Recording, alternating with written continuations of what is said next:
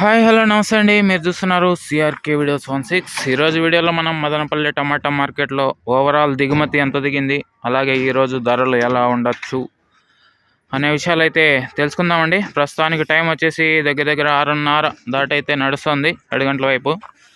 Okay, నిన్న సాయంత్రం వీడియోలో చెప్పాను అసలు కాయ ఏం లేదనేసి. పొద్దున్నే వచ్చి చూసేసరికి పర్వాలేదండి, దిగింది సుమారుగా. నిన్నటితో పోలిస్తే ఒక 5% అటు ఇటుగా ఉంది, తక్కువగానే ఉంది. ఓకే, పర్వాలేదు.